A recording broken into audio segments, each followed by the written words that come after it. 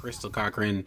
I'm going to be going to an LPGA event, the Cognizant, next week. She asked us to give some feedback on what to do if you're attending an event. So I have some ideas. I'm sure Marcus does as well on events Absolutely. that I've visited and strategy to get around it. Also on the topic list today, a member special, and I want to kind of give a shout out to this.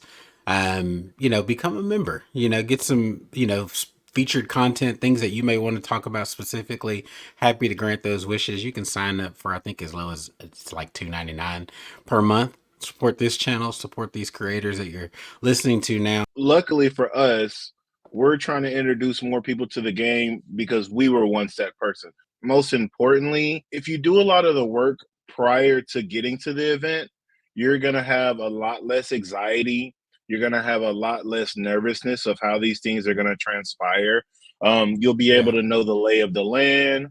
Most of these courses and events have a map, so you know where the feature holes are going to be at because you've seen some of the coverage earlier on in the week. And then you'll be able to get a pamphlet of where all the feature groups are starting and what their tee times are, especially if you're going on the weekend and stuff like that, which is one of my favorite things to do. You don't have to feel like Yeah. you need to show up at the crack of dawn to catch these people that you want to see. Now, Let me jump in there. I think that's oh, a my fault. great point. No, I think that's a great point. And I think even prior to that, one of the things that you want to also look at is the parking and shuttle situation. Facts. That can always cause some anxiety. A lot of these sites do not have available on site parking. So unless you're able to kind of procure a specialty parking pass, you're going to be on a shuttle more than likely, which typically is off-site. And I've been to events where off-site was 2 minutes down the road, and also True. some where it's 15 to 20 minutes.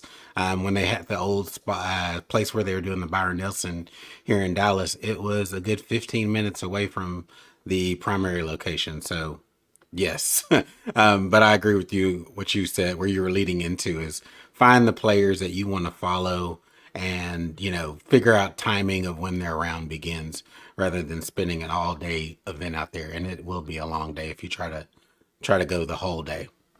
Definitely. I think another important thing to do is when we went out to the Houston Open. Now, of course, you're going to be finishing 18 coming back into the clubhouse. They're not going to have an obscure spot for 18 to be coming in. So a lot of times, if you're just kind of getting your bearings about you, just walk backwards down the course. You don't have to start on number one and feel like you're keeping up with this group. Sometimes the action doesn't heat up until the backside of the course, and you don't want to see, you're starting your favorite player or the group that you're looking at. You don't want them to get off to a rough start.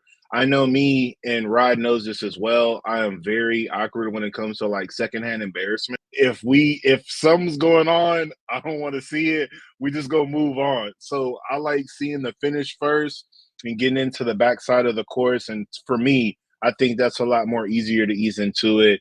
And that way you can catch, your favorite players either on the backside or like, there's different ways for you to cut over. Yeah, that's Yeah. a very good question. And that's some knowledge that you might need to know, especially going to I, your first event or any kind of event like that. yeah, and I think I've done it different ways, right? So I've found a group that was intending to follow. Sometimes Mm-hmm. it's not the leaders, right? I have my players that I like to watch. Like a guy is a good example is a guy named Ben Griffin who's out on the PGA Tour now. I happened to a couple of years ago watch him kind of implode at the beginning of a round at a Corn Ferry event and Mm-hmm. then get his stuff together to then make the PGA Tour. So I've been following that guy for a while. And so he's one that I would like, hey, I know his story, how he got here, interested to see how he plays, right? Yeah. So I followed certain groups. It's tough following the leaders. I'll be honest. Like when if it's a high impact player, big name, they're going to have the group following them. So getting a good view can be difficult. So in addition to following groups, I've also found a hole, like you said, near the end of the course and just post it up. And maybe if it's a kind of a horseshoe where one of those crossovers is in the middle of a fairway, I'll kind of rotate around the same three holes, kind of like a featured hole Definitely. kind of layout on my own. But definitely figure out like what your kind of process is going in on it. Bring a seat if you're a sitter and you're going to kind of be posted up in a particular location. Can't necessarily post up on the ground and, weather conditions. Because I had considered going out to the Byron Nelson today, but as much rain as we got last night in the Metroplex, there was no It'll way get I was going to just sloppy. slosh around. Yeah, I just didn't have any appetite for that today. Yeah, So finding a good spot on the hole with the chair is awesome.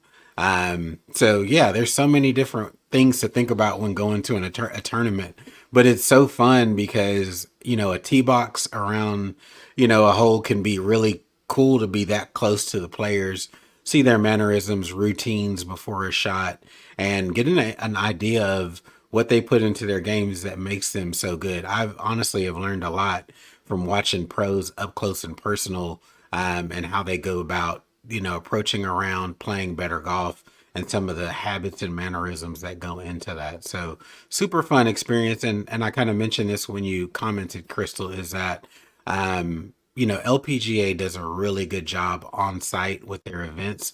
There's a lot of entertainment to the ones that I've attended. Good family environments. The players are really accessible. I have a video from a few years ago where my daughter, slapped hands with a player, and it was just like the highlight of her day.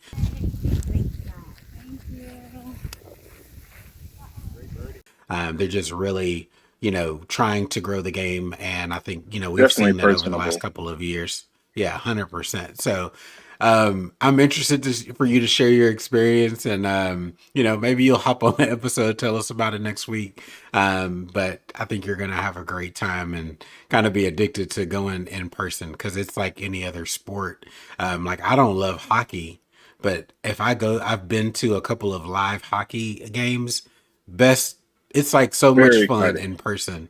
So a sport that you are getting into and really, invested in, with golf, it's going to be double that. It's just going to be really exciting for you to see the best in the world swinging the clubs on the LPGA tour. So have fun. That's really Agreed. basics, right? You create your own experience, but do your pre-work, as Marcus said. Figure out the parking, figure out what your strategy is going in.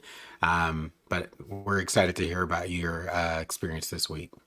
I'm planning to visit the Missoula Americas Open the following weekend. You're just living the dream. So shout out to Crystal. She's getting all the immersive experience of live tournament golf. So That's you get a awesome. lot of stuff out of this channel, y'all. A little business knowledge, a little technical golf knowledge, a little BS in here and there.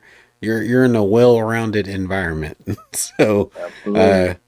hit that subscribe button, hit that membership button. We got you covered on all things golf.